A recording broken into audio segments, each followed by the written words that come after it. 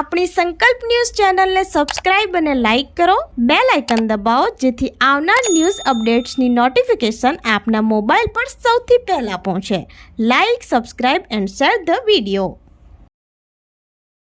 નમસ્કાર દર્શક મિત્રો, હું છું પૂજા ટંડેલ. સંકલ્પ ન્યૂઝમાં આપનું સ્વાગત છે. સમાચારની શરૂઆત કરતા પહેલા એક નજર આજના મુખ્ય સમાચાર ઉપર. વાપીના સમસ્ત બ્રહ્મ સમાજ ગુજરાતી દ્વારા બળેવ ઉત્સવ નિમિત્તે 500 ભૂદેવોએ જનોઈ બદલી. વાપીના સમસ્ત ગુજરાતી બ્રહ્મ સમાજ દ્વારા બળેવ ઉત્સવ નિમિત્તે સલવાવ સ્વામિનારાયણ સ્કૂલ સલવાવ ખાતે રક્ષાબંધન પર્વની ઉજવણી કરી હતી. ભૂદેવે ગાયત્રી મંત્રનું ઉચ્ચારણ કરીને જનોઈ બદલી હતી. તેમજ સાથે મળી મહાપ્રસાદ લીધો હતો. સમસ્ત ગુજરાતી બ્રહ્મ સમાજના પ્રમુખ અમિત ભટ્ટ, મંત્રી જાગૃત જાની, ખજાનચી હિરન ગોર તેમજ પ્રોજેક્ટ ચેર વિનીત જાની, જયદીપ જોશી, રાજ શર્મા વગેરે કાર્યક્રમનું આયોજન કર્યું હતું.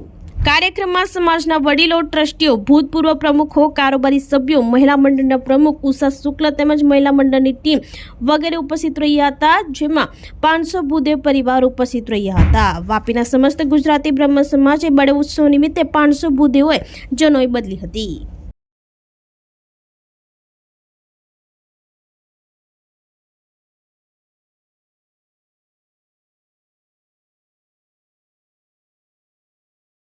એકત્રીસ વર્ષથી આ ભૂદેવો બધા શ્રી સમસ્ત ગુજરાતી બ્રહ્મ સમાજ વાપી તરફથી આ ભૂદેવોને જનોઈ બદલવાનો કાર્યક્રમ કરવામાં આવે છે.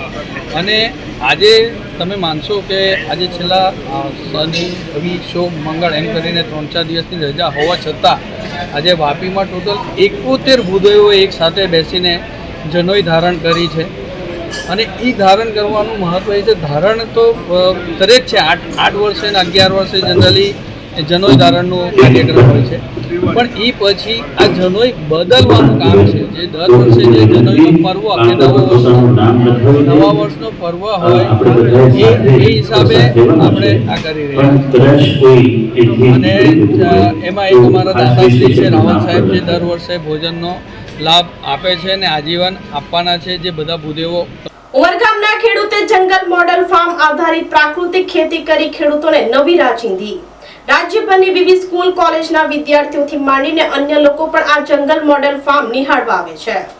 લોકોના સ્વાસ્થ્યને ધ્યાનમાં રાખી રાજ્ય સરકાર દ્વારા દિવસે ને દિવસે ઝેરમુક્ત પ્રાકૃતિક ખેતી પર વિશેષ ભાર આપતા ખેડૂતો પણ પ્રાકૃતિક ખેતીનું મહત્વ સમજી આ તરફ વળી રહ્યા છે. ત્યારે ઉમરગામ તાલુકાના અંકલાસ ગામમાં એક અલગ જ પ્રકારની પ્રાકૃતિક ખેતી થઈ રહી છે. આ પ્રાકૃતિક ખેતી રૂટીન પ્રાકૃતિક ખેતી કરતા અલગ છે. જંગલ મોડેલ આધારિત આ ખેતીમાં ઘટાદાર વૃક્ષોની વચ્ચે ખેતરમાં શાકભાજીથી માંડીને અનાજની ખેતી સંપૂર્ણ ઘઉં આધારિત પ્રાકૃતિક ખેતીના આધારે જ થાય છે. જંગલ મોડેલ આધારિત આ ખેતીએ વલસાડ જિલ્લાના ખેડૂતોમાં આકર્ષણ જમાવ્યું છે. રાજ્યભરની વિવિધ સ્કૂલ કોલેજના વિદ્યાર્થીઓથી માંડીને અન્ય લોકો આ જંગલ મોડેલ ફાર્મની મુલાકાત લેવા માટે આવી રહ્યા છે. સોશિયલ મીડિયામાં પણ જંગલ આધારિત પ્રાકૃતિક ખેતી વાયરલ થઈ રહી છે. પ્રકૃતિને સાચવીને પરોપકારની ભાવનાથી થતી ખેતી એટલે પ્રાકૃતિક ખેતી. વડાપ્રધાન નરેન્દ્રભાઈ મોદીના નેતૃત્વ હેઠળ ભાવિ પેઢીને બચાવવા માટે તેમજ જળ, જંગલ અને જમીનની રક્ષા કરવા માટે પ્રાકૃતિક ખેતીની આહલેખ જગાવવા રાજ્યમાં હજારો ખેડૂતો પ્રાકૃતિક ખેતી તરફ વળ્યા છે. પ્રાકૃતિક ખેતી માત્ર પરંપરાગત કે દેશી ઢબથી થઈ શકે એવું નથી. પ્રાકૃતિક ખેતી ભિન્નતાથી પણ થઈ શકે છે. એ વાત ઉમરગામ તાલુકાના અંકલાસ ગામના ખેડૂત હસમુખભાઈ મોહનભાઈ ભંડારે સાકાર કરી બતાવી છે. હર્ષના ભાવ સાથે ખેડૂત હસમુખભાઈએ વધુમાં જણાવ્યું હતું કે હાલમાં હું મારી 5 એકર જમીન પર સંપૂર્ણ પ્રાકૃતિક ખેતી કરું છું, જેમાં વિવિધ જાતના 22 ફળ પાક, 24 પ્રકારના જંગલ ઝાડ અને 27 પ્રકારની અલગ અલગ શાકભાજીની ખેતી કરી રહ્યા છે. આત્મા પ્રોજેક્ટ દ્વારા તાલીમની સાથે દેશી ગાય નિભાવવા માટે દર મહિને ₹900 અને મોડેલ ફાર્મ માટે ₹18,000ની સહાય આપવામાં આવે છે, જેમાંથી ગૌમૂત્ર ભેગું કરવા માટે ડ્રમ, બિયારણ, આચ્છાદનની કામગીરી, મજૂરી ખર્ચ અને બોર્ડ લગાવવાનો ખર્ચ કરવામાં આવે છે, જે બદલ ગુજરાત સરકારનો આભાર વ્યક્ત કર્યો હતો. મારું નામ હર્ષભાઈ મોહનભાઈ પટેલ, ગામ અંકલાસ, તાલુકો ઉમરગામ, જિલ્લો વલસાડ. મેં 2019માં સુભાષ પાલેકરની વડતાલ ખાતે તાલીમ લીધી. આત્મા સાથે જોઈન્ટ થયો અને આત્માવાળા અમને વડતાલ બસ દ્વારા લઈ ગયા અને 7 દિવસની ટ્રેનિંગ લીધી. અને તે ટ્રેનિંગ લઈને આવ્યો ત્યાં મને ખબર પડી કે ભાઈ એ 10 કિલો ગોબરમાંથી જ આપણી એક ગાય માતા હોય તો ખેતી થઈ શકે. અને એ ખેતી પ્રાકૃતિક ખેતી મેં કરવાની શરૂઆત કરી 2019થી. ત્યાર પછીથી મારી ઘરે મેં રાસાયણિક ખાતર બી વેચતો હતો, પણ એ રાસાયણિક ખાતર વેચવાનું બી બંધ કરી નાખ્યું. કેમ? તો કે ત્યાં મને ખબર પડી કે રાસાયણિક ખાતરથી જમીન બરબાદ થઈ રહી છે, આપણા જીવજંતુઓ બરબાદ થઈ રહ્યા છે, આપણા મિત્ર કીટકો નાશ થઈ રહ્યા છે, અને એ મિત્ર કીટકને સાચવવું તો જ આગળ આપણી પેઢીને આપણે સાચવશું. પાણીનું સ્તર નીચે ગઈ રહ્યું, પાણી ખરાબ આવી રહ્યું હતું. આજે પાણી બી સારું આવી રહ્યું છે. લોકોને તંદુરસ્ત રાખવાનો એક પ્રયાસ કે આપણા રાજ્યપાલ શ્રી દેવવ્રતજીએ જે એમણે એક અભિયાન ચલાવ્યો હતો, અને એ અભિયાનમાં અમે કુશળતાપૂર્વક નિખાલસથી અને પ્રાકૃતિક ખેતીની મેં મહેનત કરી. મારી પાસે 7 ગાયો છે, એક નંદી બી છે, અને એ આધારે મેં પ્રાકૃતિક ખેતીની શરૂઆત કરી દીધી. અને આજે હું દરેક પાકો લઈ રહ્યો છું. મારી જમીનના અંદરથી મેન પાક મારો આંબાનો છે, પણ એના અંદર મેં મિશ્ર પાક લીધા છે. દાખલા તરીકે શું જ મિશ્ર પાક? તો કે એના અંદર હળદર, સુરાણ અને હળદર, મેં 5 જાતની હળદરો લગાવી છે, અલગ અલગ વેરાયટી છે.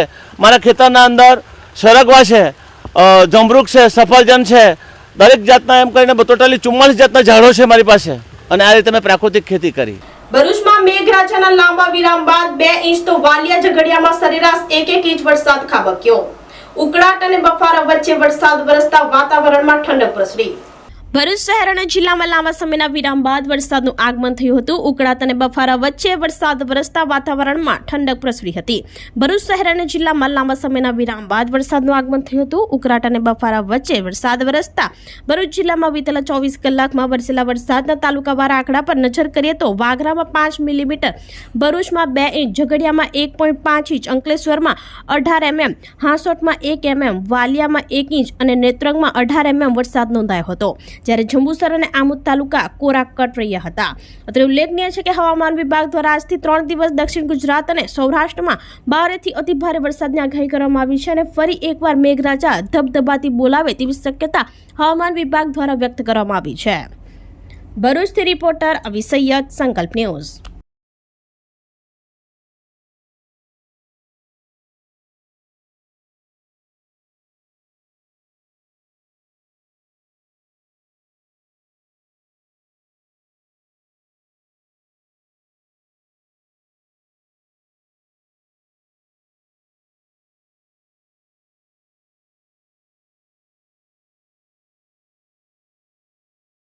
કપરાડાના અરણાઈ ગામે શ્રાવણ માસમાં શ્રીમદ ભાગવત સપ્તાહ જ્ઞાન યજ્ઞમાં શ્રોતાઓએ લાભ લીધો. કપરાડા તાલુકાના અરણાઈ ગામે શ્રીમદ ભાગવત સપ્તાહનું આયોજન કરવામાં આવ્યું હતું. અરણાઈ ગામમાં આવેલા રામેશ્વર મહાદેવ મંદિર, જ્યાં ભગવાન રામ વનવાસ દરમિયાન માતા જાનકી અને ભાઈ લક્ષ્મણ સાથે આવ્યા હતા. જે સમયના ગરમ પાણીના કુંડ હજુ પણ હયાત છે. એ સ્થળે સમગ્ર શ્રાવણ માસ દરમિયાન શ્રીમદ ભાગવત જ્ઞાન સપ્તાહનું આયોજન કરતા ભાવિક ભક્તો લાભ લઈ રહ્યા છે. ભજન, કીર્તન અને આરતીમાં શ્રોતાઓ મગ્ન બન્યા હતા અને ભાગવત કથામાં જોડાયા હતા.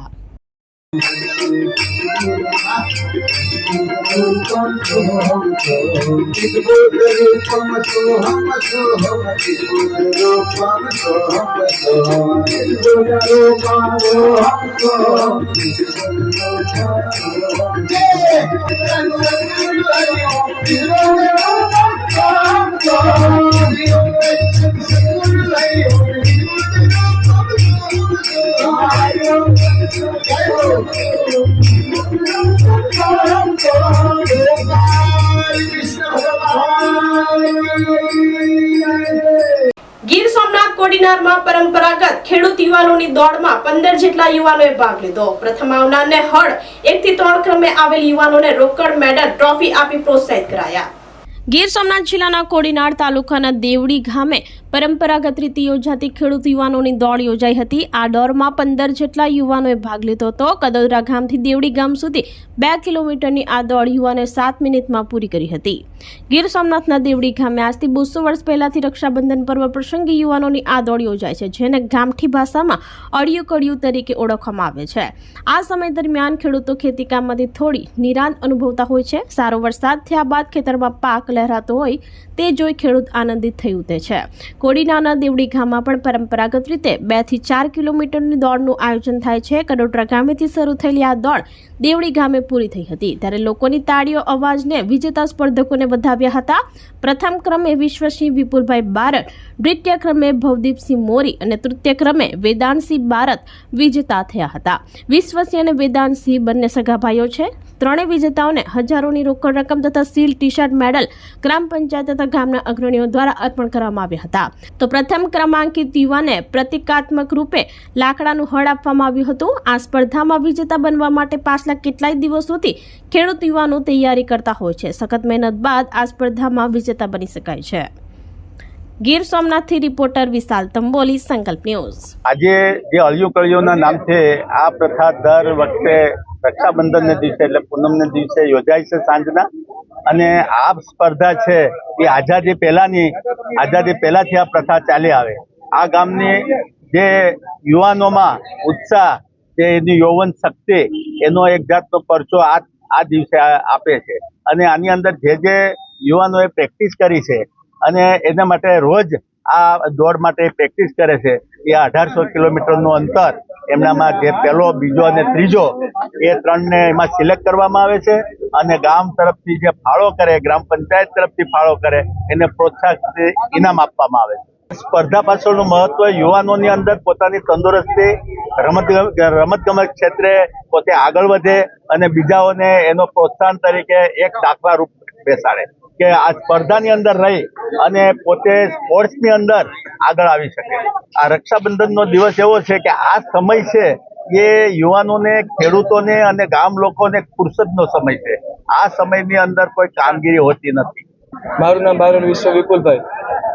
આ આપણા ગામની વારસાગત ચાલતી આવતી આ અળિયું કળિયું સ્પર્ધા છે, અને તેમાં દર વર્ષે જે રીતના ભાગ લે છે તે રીતના આ વર્ષે પણ બધા લોકોએ ભાગ લીધેલો. આ વર્ષે 10 લોકોએ ભાગ લીધેલો. એમાં પહેલા ક્રમે બારોટ વિશ્વ, બીજા ક્રમે ભવદીપસિંહ મોરી, ત્રીજા ક્રમે વેદાંતસિંહ બારોટ. અને 1800 મીટર જે 7 મિનિટની અંદર પૂર્ણ કર્યું છે. આ સ્પર્ધા માટે અમે તો સ્પોર્ટમાં છે તે સવાર સાંજે 1.5 કલાકનું સેશન હોય છે, અને તેમાં સવાર રનિંગ હોય અને સાંજે અમારી જે ગેમમાં હોય તે ગેમની પ્રેક્ટિસ ચાલતી હોય છે. આવતી વખતે એમ જ કહેવા માંગે કે જે રીતે તમે વારસાગત આવતી પ્રતિયોગિતા છે, તમે જેમ બને તેમ વધારે બાળકો ભાગ લ્યો અને આગળ નીકળો. તો આ હતા સમાચારો. નવા સમાચારો સાથે કાલે ફરી મળીશું. નમસ્કાર. આપણી સંકલ્પ ન્યૂઝ ચેનલને સબસ્ક્રાઇબ અને લાઇક કરો. બેલ આઇકન દબાવો જેથી આવનાર ન્યૂઝ અપડેટ્સની નોટિફિકેશન આપના મોબાઈલ પર સૌથી પહેલા પહોંચે. Like, subscribe and share the video.